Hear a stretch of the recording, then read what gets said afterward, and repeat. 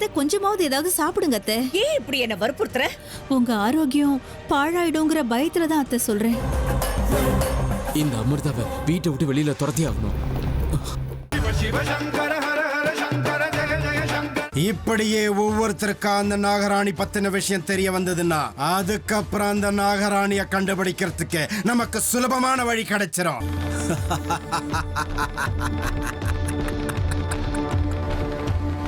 ஜெய் மகாகாளி.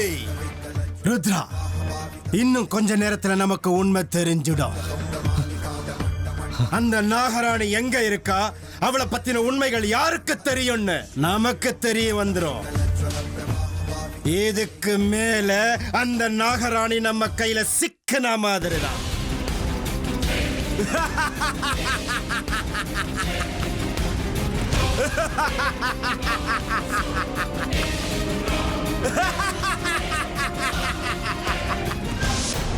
விக்ரம், சரோஜா, சீக்கிரம் வாங்க. எல்லாரும் சீக்கிரம் வாங்க. இது வரைக்கும் உங்க யாருக்கும் தெரியாத ஒரு உண்மையை சொல்ல போறேன். சீக்கிரமா வாங்க.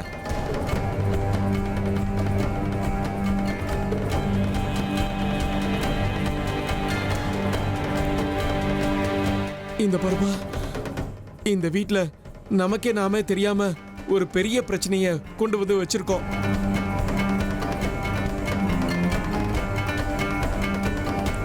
அது எந்த நேரத்துல நம்ம உயிரை வாங்குமோ நமக்கே தெரியாது.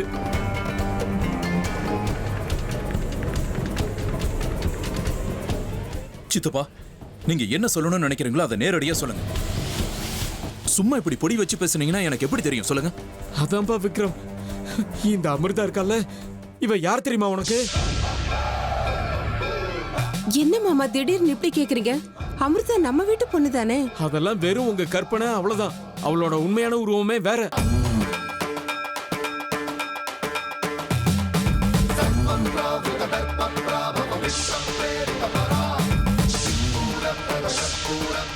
எங்க அமிர்தா, எங்க பயந்து போயிருக்கீங்க? என்னங்க ஆச்சு?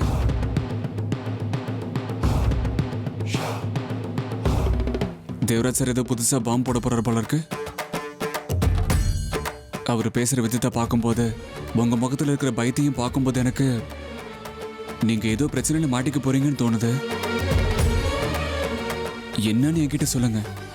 உங்களுக்காக என் உயிரை கொடுக்கவும் நான் காத்துக்கிட்டு இருக்கேன். ப்ளீஸ் அமிர்தா, அது என்னன்னு என்கிட்ட சொல்லுங்க. ஏங்க, ஆரம்பத்துல இருந்து நீங்க இதான் சொல்றீங்க. நீங்க என்ன சொல்ல நினைக்கிறீங்களோ தெளிவா சொல்லுங்க. இங்க பாருங்க சித்தப்பா, நீங்க இப்படி சும்மா சும்மா என் பொண்ணு மேல பழிய போட்டீங்கன்னா நான் சும்மா இருக்க மாட்டேன். ஐயோ, நான் பழியெல்லாம் போடலப்பா. இவ யாரு, என்ன உண்மையான உருவம் என்னன்னு உங்களுக்கு தெரியுமா? நீங்க பொண்ணுன்னு நினைச்சுக்கிட்டு இருக்கிற இந்த அமிர்தா சாதாரண ஆள் கிடையாது. நீங்க நினைக்கிற மாதிரி அமைதியான பொண்ணும் கிடையாது. நீங்க சந்தோஷப்படுற அளவுக்கு அவ நல்லவளும் கிடையாது, நேர்மையானவளும் கிடையாது.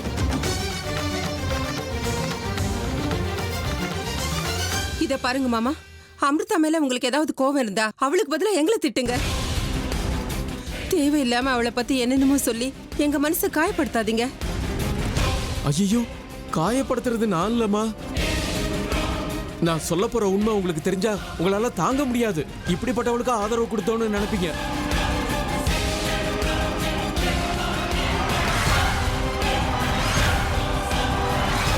அப்படியா? அப்படின்னா சரி, சொல்லுங்க. அமிர்தாவை பத்தி உங்களுக்கு என்ன தெரியும்? சொல்றேன் கேளுப்பா. இந்த அமிர்தா யாருன்னா,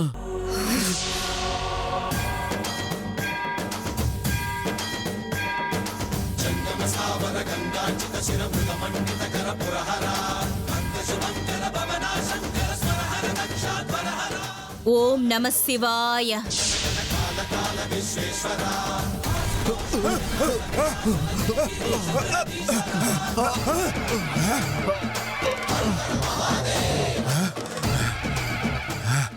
ஜெய் மகாகாளி.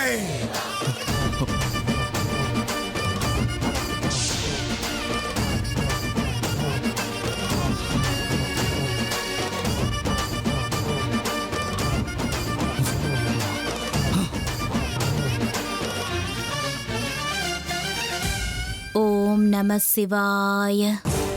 சொல்லுங்க, யார் இவ?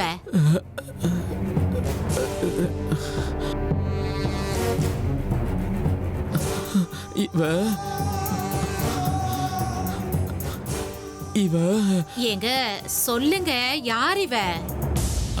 அதான் ராஜி, இந்த அமிர்தா இருக்கால்ல, இவ. சித்தப்பா என்ன பேசிட்டு இருக்கீங்க நீங்க? ஏன் அடிக்கடி அமிர்தாவை பத்தி தேவையில்லாத எல்லாம் சொல்ல முயற்சி பண்றீங்க? உங்களுக்கு அமிர்தாவை பத்தி எதுவும் தெரியாது. அப்படி இருந்தும் கூட எங்க மனசுல அவளை பத்தி தப்பான எண்ணங்களை விதைக்க ஏன் முயற்சி பண்றீங்க? இங்க பாருங்க, இன்னொரு முறை இப்படி நடந்தா நல்லா இருக்காது.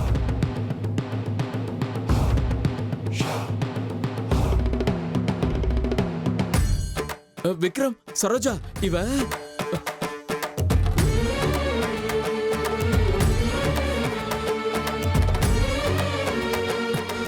அதான் ராஜி, இந்த அமிர்தா இருக்கல்ல, இவ. இவதான். ஐயோ,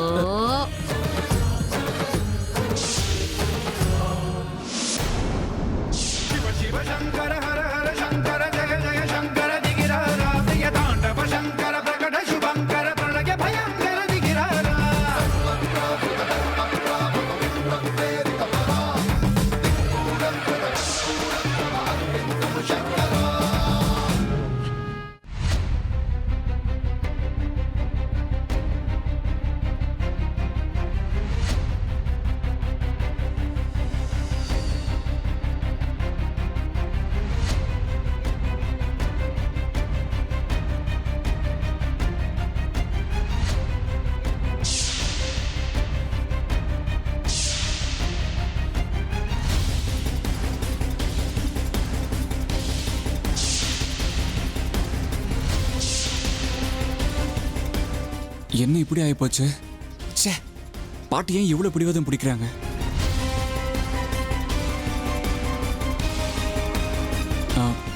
டாக்டர், பாட்டி. Nothing to worry. அவங்க காத்தால இருந்து எதுவுமே சாப்பிடல, அதனால வந்த டயர்ட்னஸ் தான். இப்பதான் வரியா? பாரு, உன் பாட்டி நிலைமை எப்படி இருக்குன்னு நீயே பாரு. இத பாக்குறதுக்காக தானே வந்த. அம்மா, எதுக்குமா இப்படி எல்லாம் பேசுறீங்க? பின்ன வேற எப்படிப்பா பேசணுங்கிற? உங்க பாட்டி நிலைமை இப்படி ஆகிறதுக்கு காரணமே நீதானே. அவங்களுக்கு மட்டும் ஏதாவது ஒண்ணு ஆச்சு, அதுக்கு காரணமா நீயா தான் இருப்ப அர்ஜுன். அது மட்டும் இல்லாம நான் மட்டும் இல்ல, இந்த வீட்ல யாருமே உன்னை மன்னிக்க மாட்டோம். அம்மா ப்ளீஸ், இதுல ஏன் தப்பு எதுவுமே இல்ல. நீ எதுவும் பேச வேண்டாம். நீ இந்த வீட்டு பையன். பெரியவங்க பேச்சை கேட்டு நடக்க வேண்டியது உன்னோட கடமை. உன் பாட்டிக்கு ஏதாவது ஆச்சுன்னா நீ என் புள்ளங்கிறதே மறந்துடுவே அர்ஜுன். ஜாக்கிரதை.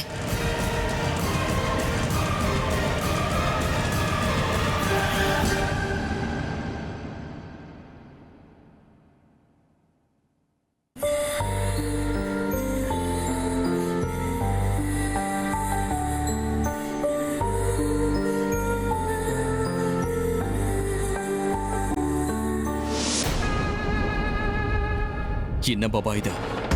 உங்க ஞான திருஷ்டிக்கு என்ன ஆச்சு? உங்க சக்தி எல்லாம் என்ன ஆச்சு? இத்தனை நாள நீங்க சொன்னதெல்லாம் பொய்யா? உங்க சக்திகள் எல்லாம் இப்ப வேலை செய்யாம போயிடுச்சா?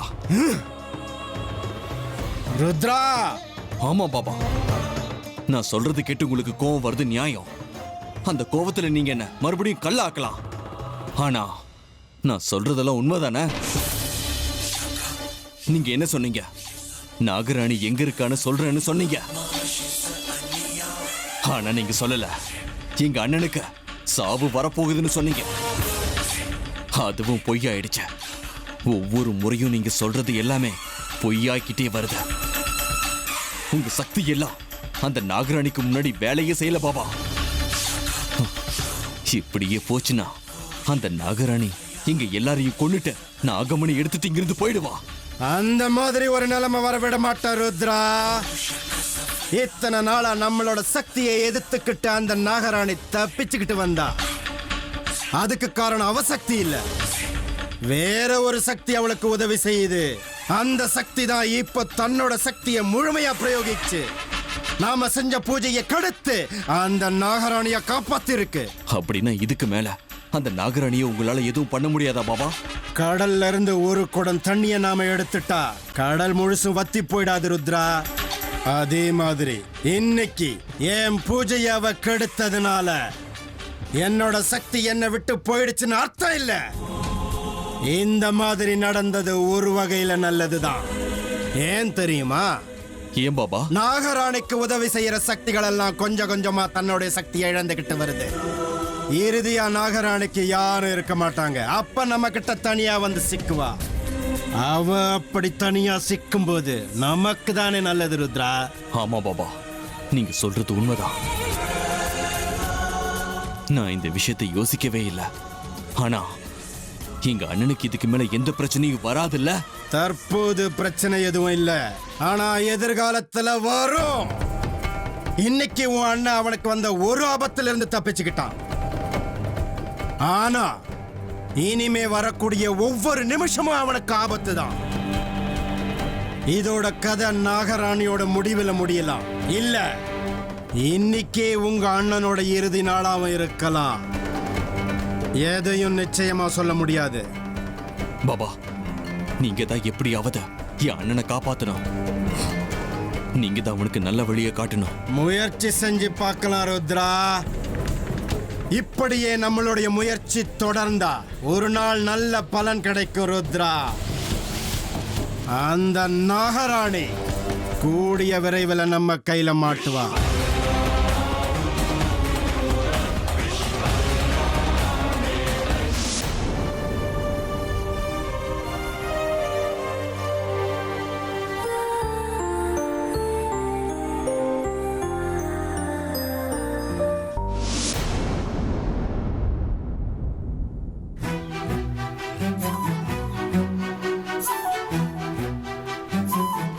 மயூரி, நான் உங்ககிட்ட கொஞ்சம் தனியா பேசணும்.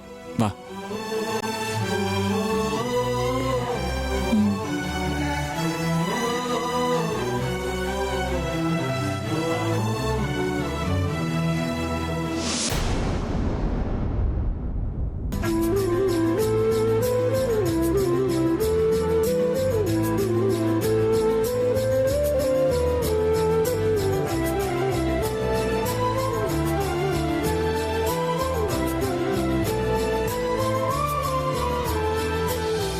மயூரி, ப்ளீஸ் என் நன்மையை நீயாவது புரிஞ்சுக்கோ.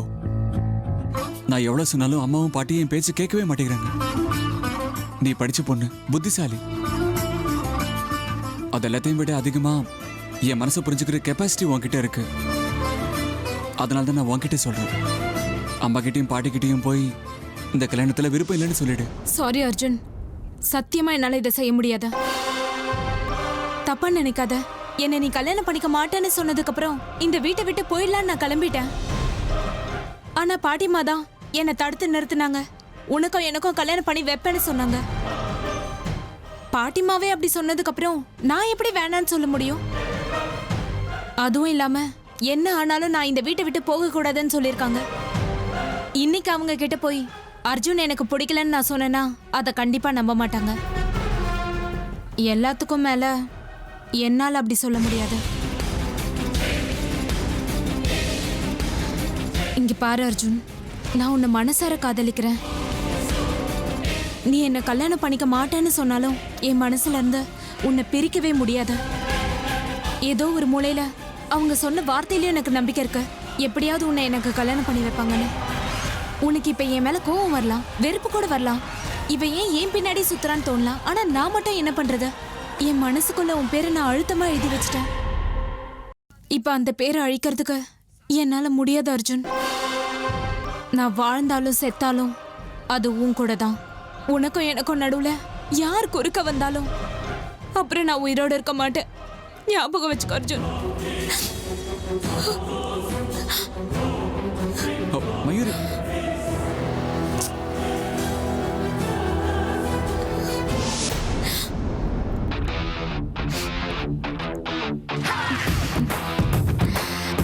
இந்த கண்ணீருக்கு இருக்கிற மதிப்பு வேற எதுக்கும் கிடையாது. என்னோட கண்ணீருக்கு ஒரு நாள் இல்லைன்னா ஒரு நாள் நீ தலை வணங்கி ஆகணும் அர்ஜுன். என்னையே கல்யாணம் பண்ணிக்க மாட்டேன்னு சொல்றியா? நான் செத்தாலும் உன்னை யாருக்கும் விட்டு கொடுக்க மாட்டேன். உன் கையால நான் தாலி கட்டியே தீருவேன். இந்த வீட்டுக்கு மருமகளா ஆகியே தீருவேன். நீதான் என் புருஷன் நான் என்னைக்கோ டிசைட் பண்ணிட்டேன். இத அந்த பிரம்மனாலையும் மாத்த முடியாது. உன் கையால என் கழுத்துல தாலி கட்டி தான் தீரணும்.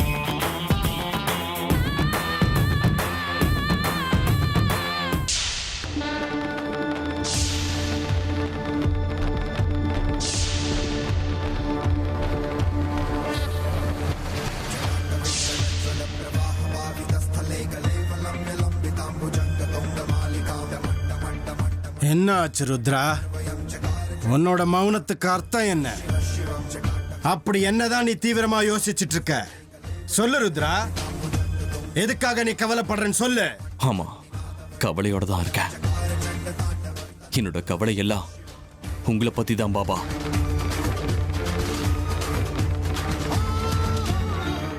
என்ன பத்தியா? என்ன அது? அது என்னங்கிறது வேண்டாம் பாபா.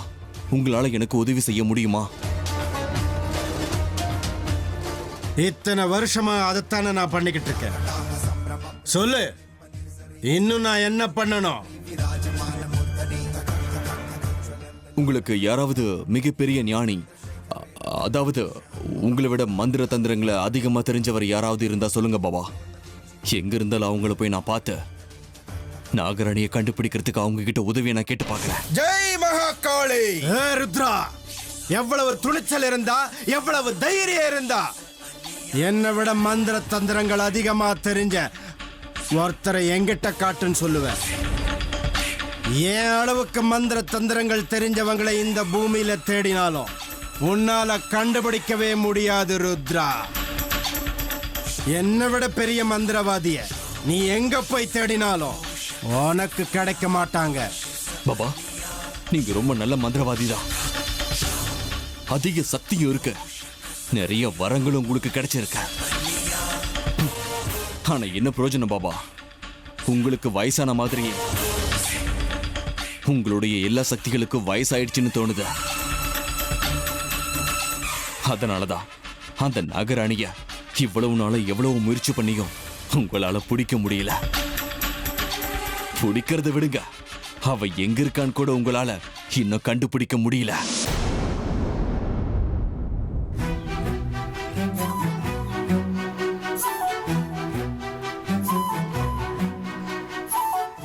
ஏ அர்ஜுன், என்னடா பண்ணிட்டு இருக்க? உனக்கு இதெல்லாம் சரின்னு தோணுதா? பிரதர், நான் இப்ப என்ன பண்ணேன்னு இப்படி பேசுறேன்? டேய், என்னடா பண்ணிட்டேன்னு கேள்வி கேட்குற?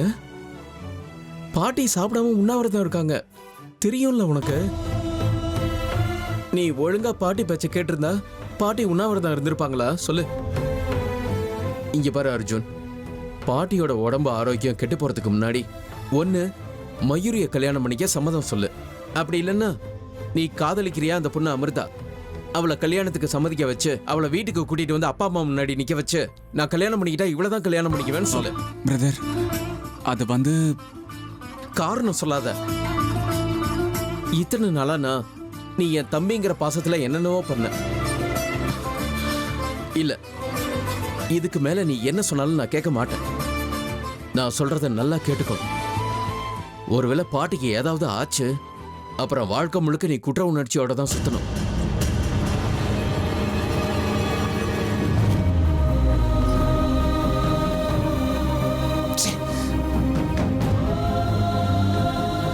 பாத்தீங்களா அமிர்தா, நம்ம லவ்க்கு சப்போர்ட் பண்ண எங்க அண்ணனை எப்படி பேசிட்டு போறேன்னு பாருங்க.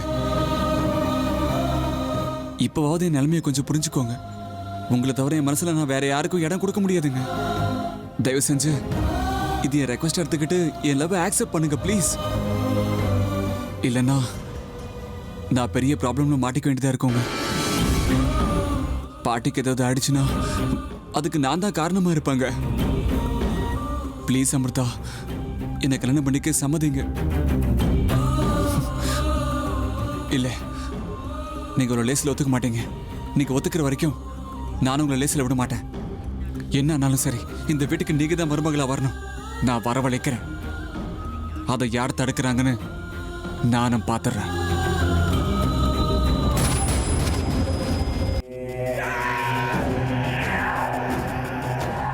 இத்தனை வருஷமா உங்களை ஒரு மிகப்பெரிய மகான் நினைச்சிட்டு இருந்த நாகமணி அடையறதுக்காக இத்தனை வருஷமா உங்களை நம்பிக்கிட்ட என் வாழ்க்கைய நானே வீணாக்கிக்கிட்டேன். இதுக்கப்புறமும் உங்களை நம்புறதுல எந்த பிரயோஜனமும் இல்ல. ருத்ரா, வார்த்தையை அடக்கி பேசு. அனாவசியமா என்னுடைய பொறுமையை நீ சோதிக்கிற. நாக்குல நரம்பு இல்லாம வாய்க்கு வந்தபடி எல்லாம் பேசாத. எனக்கு என்னோட மந்திர தந்திர சக்திகளுக்கு வயசாயிடுச்சுன்னு சொல்றியா? டே மூடா, வயசானது இந்த அழியக்கூடிய பூத உடலுக்கு தான். நான் கத்துக்கிட்ட மந்திர தந்திர சக்திகளுக்கு கிடையாது. வித்தைக்கு ஆயுசு கிடையாது, அது சிரஞ்சீவி. 25 வருஷங்களா இமயமலையோட உச்சிக்கு போய் கால பைரவனை வேண்டி கடும் தவம் இருந்து மிக அதிகமான சக்திகளை அடைஞ்சவனா. அப்படி இருக்கும்போது என்னோட சக்திகளுக்கு வயசாயிடுச்சுன்னு சொல்றியா? ஜெய் மகாகாளி! ருத்ரா,